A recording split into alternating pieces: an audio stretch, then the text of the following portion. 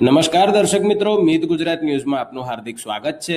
વડોદરા શહેરના સમાસાવલી રોડ પર આવેલ ફિલિંગ વેલનેસ સ્પામાં બનેલી એક અત્યંત શરમજનક અને અમાનવીય ઘટના સામે આવી છે, જ્યાં સ્પાના માલિકોની મનમાની અને ગુંડાગીરી સ્પષ્ટપણે દેખાઈ આવી હતી।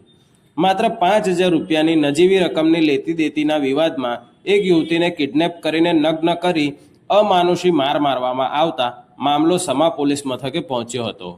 વડોદરા શહેરના સમાસાવલી રોડ પરની ફિલિંગ વેલનેસ સ્પામાં પીડિતા રોશની શેખ નામની યુવતી કામ કરતી હતી।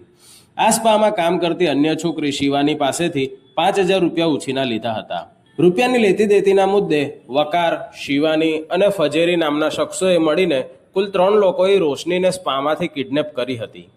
કિડનેપ કર્યા બાદ તેઓ જેને જેપી પોલીસ સ્ટેશન હદ વિસ્તારમાં કોઈ અજાણી જગ્યાએ લઈ ગયા હતા। ત્યાં જઈને તેમણે રોશનીને નગ્ન કરી ગળદાપાટું અને અન્ય સાધન વડે ખૂબ જ માર માર્યો હતો।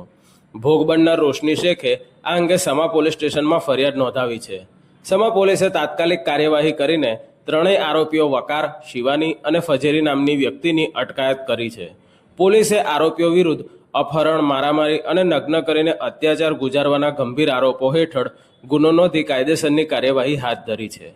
અત્રે ઉલ્લેખનીય છે કે આવા ખૂણા ખાચરામાં ચાલતા સ્પા પર પોલીસ ક્યારે કડક વલણ અપનાવશે?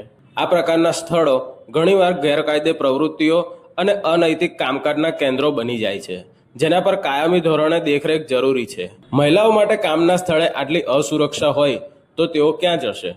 આ ઘટના શ્રમજીવી મહિલાઓની સુરક્ષા પર ગંભીર પ્રશ્નચિહ્ન મૂકે છે। બ્યુરો રિપોર્ટ, મિત ગુજરાત ન્યૂઝ, વડોદરા।